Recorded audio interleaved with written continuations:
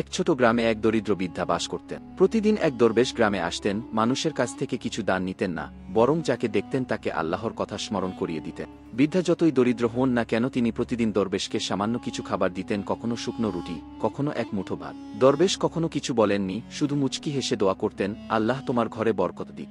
একদিন দরবেশ এলেন, কিন্তু বৃদ্ধা কাঁদতে কাঁদতে বললেন, বাবা, আজ আমার ঘরে কিছুই নেই, চুলায় আগুন নেই, হাঁড়িতে কিছু নেই, আজ আমি আপনাকে কিছু দিতে পারবো না।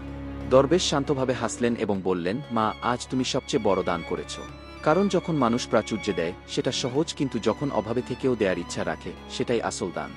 বৃদ্ধা অবাক হয়ে দরবেশের দিকে তাকালেন। দরবেশ চলে গেলেন, আর বৃদ্ধা মন ভার করে আল্লাহর নাম জপতে লাগলেন। কয়েকদিন পর আর ভাঙা দেয়ালের পাশে মাটির নিচে কিছু চকচকে বস্তু দেখতে পেল। খুঁড়ে দেখা গেল সেখানে একটি পুরনো থলিতে সোনার মুদ্রা।